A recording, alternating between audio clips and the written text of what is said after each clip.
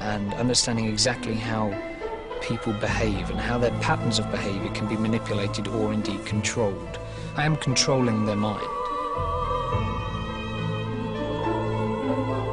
Jez says his knowledge of amateur psychology has taught him to choose the most suggestible people.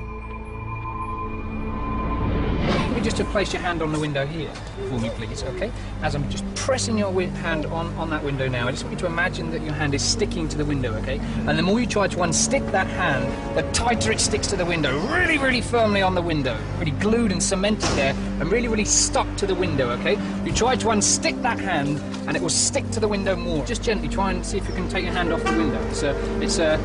Are you trying? You can try it. Yeah. How is that? What does that feel like? It feels stuck.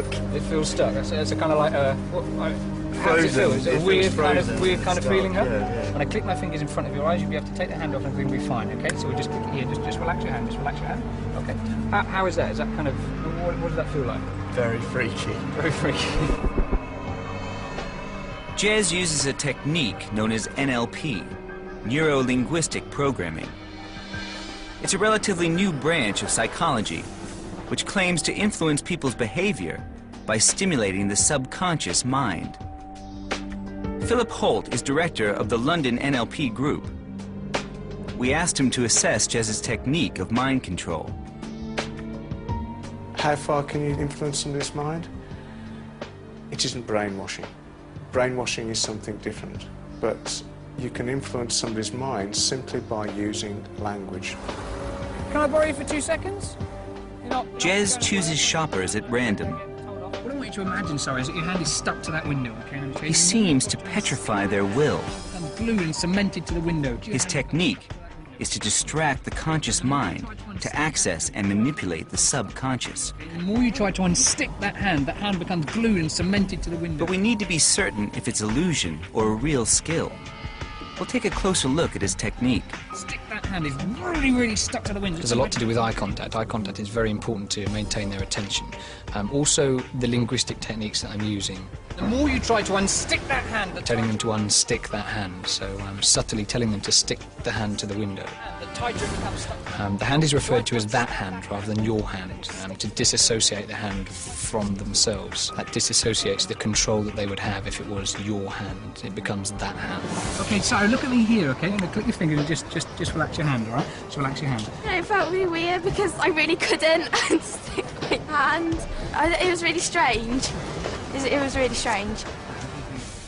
I click my fingers and look them directly in the eyes to break the pattern of thought. That ends the effect, simply just like that. So I'm interrupting the pattern of the subconscious mind believing that the hand is stuck to the window by clicking my fingers in front of the face. The biggest challenge facing a mind control expert is to manipulate the choices people believe they're making through free will.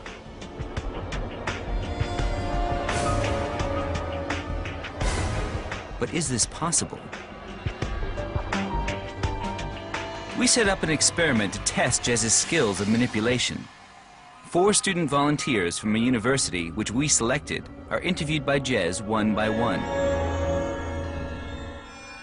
I've got 5 shapes here, okay?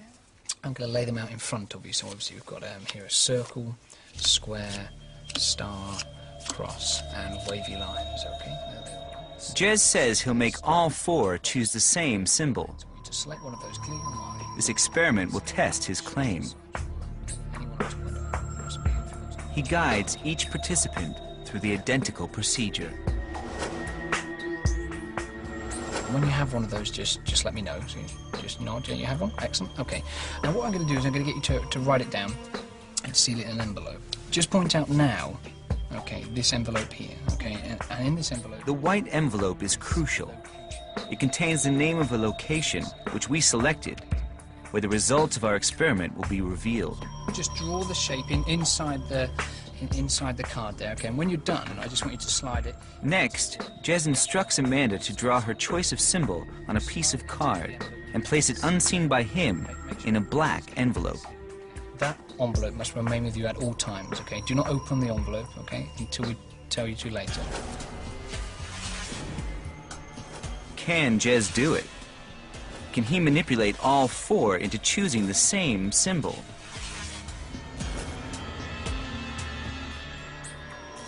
Now, you remember this envelope I brought your attention to earlier, which has the name of a location inside. Okay, this is a location where we're now going to go to. I'm going to open this for you now. Inside, obviously, we have something that says Old Barn. Okay, this will all become very apparent when we get there, don't worry. And that's where we're going now.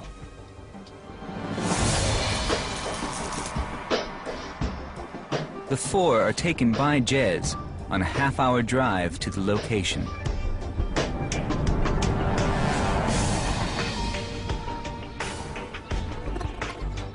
Then, as Jez promised, on a short walk to a decrepit barn.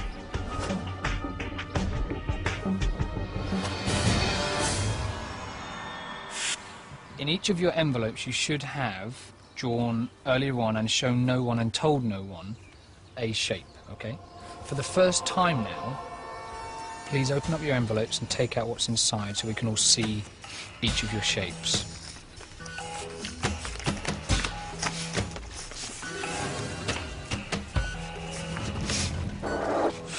Oh, wow. All four have chosen the star. Excellent. There's something a little bit more special I wanted to show you. This. Your completely free choice. Come through here. But there's more to come. Just be really careful. All right. Oh. Straight over that and to your right. That's mad. According to Jez, the result was never in doubt. How did Jez do it? How could he be so sure all four would select the star? The effect of the star looks, for all intents and purposes, like extrasensory perception, because the effect that we're achieving looks in some ways psychic. I'm, in whatever way, able to know what shape they choose, and if we left it like that, it would look very psychic. However, there is, as we've already said, nothing psychic about what I'm doing. I'm literally manipulating their choices. His technique relies heavily on subconscious suggestion, giving his subjects subtle visual and audio clues, which their conscious minds may not even notice. By simply setting up audio cues, Jez is able to plant little seeds in the subconscious mind that the person who's on the receiving end will just have there in the background. And then when something else that is associated with that little seed will start to grow. But let's look more closely. The star is intentionally in the center of that card spread, so it's psychologically balanced, it's symmetrical. So you look at the spread and you look at the center of it is the first thing you see. And when they take their eyes away from it, the last thing they see will obviously be the star because it's there in the center of the spread. Nothing is left to chance. Everything Jez does is designed to direct them to choose the star. Now, obviously, if I started talking about the square here... the square is eliminated by a bold step. Jez names it to steer his subjects away from choosing it. Because I've mentioned it's been said out loud, you'd probably be likely to be guided towards one of the more unusual shapes, such as the wavy lines across or the star. Next, Jez uses subtle changes in his patterns of speech to make sure the star stands out from the other symbols. So we have obviously the circle, square, star, cross, or the wavy lines. In their mind, they're playing over my voice again that's saying we've got the circle, the square, the star, cross, or wavy lines. It's just a very, very subtle pause and subtle beat there, but enough to detect it and enough for that one to stand out inwardly inside their mind. Jez makes sure of success with visual clues. Watch the number of times he uses his hands to suggest a shape, the point of a star. This is actually quite important because if I'm getting a nod and some sort of response from them there, I know that they understand this and they're kind of just going with this. The other thing is also gesturing towards the card, and it's a couple of times tapping the card or actually making physical contact with the card. Subconsciously, that was going in. Subconsciously, they were being referred to that star, that card, all the time. and that influenced their decision. I am, to a certain extent, controlling their mind. They didn't have a free choice. Brainwashing? Hardly. Jez's apparent mastery of linguistic techniques is what makes him extraordinary.